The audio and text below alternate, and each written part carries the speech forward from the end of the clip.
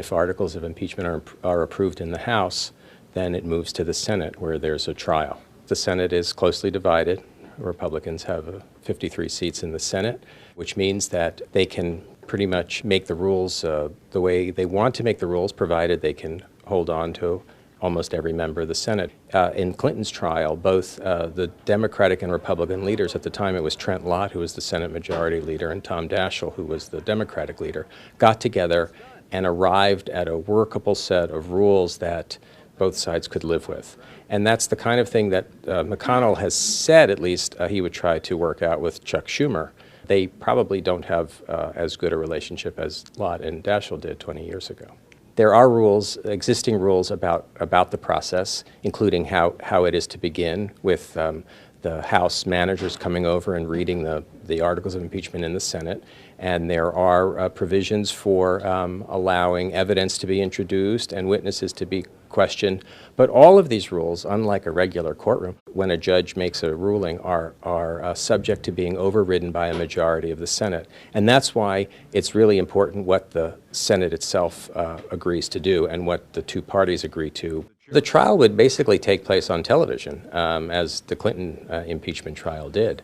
There would be presumably opening arguments on both sides. There would be a chance for the senators, the jurors, the senators themselves to question both the lawyers for the House and the lawyers for the president. There might be witnesses called. That's something that would be worked out. In the Clinton impeachment trial, for instance, there were 3 witnesses, but none of whom testified publicly. They were all questioned privately. Their depositions were videotaped, and then excerpts of those were played at the trial. The person who's impeached is called upon to answer the charges, the person or someone representing the person. And of course, in past impeachments, it's been the designated representative lawyers who have come and handled the defense in the Senate trial. But there's nothing in the rules to preclude the president himself from coming over and essentially saying, "I'm not guilty," or whatever he might say. And then there would be arguments made based on the evidence. There's closing arguments. Each of these steps could take several days, even up to a week. The Senate vote eventually on the articles of impeachment is done in public, but the deliberations may not be done in public. They weren't done publicly when President Clinton was impeached. Those were done behind closed doors, and then the Senate came back, and each member, when called upon, stood at his or her desk and pronounced guilty or not guilty.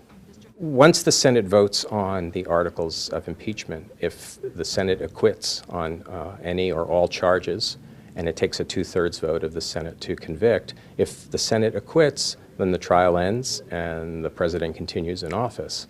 If there's a vote to convict, if 2/3 of the Senate votes to convict on any one of the articles, however many there might be, then the president is automatically removed from office. That's specified in the Constitution, and the vice president would become president.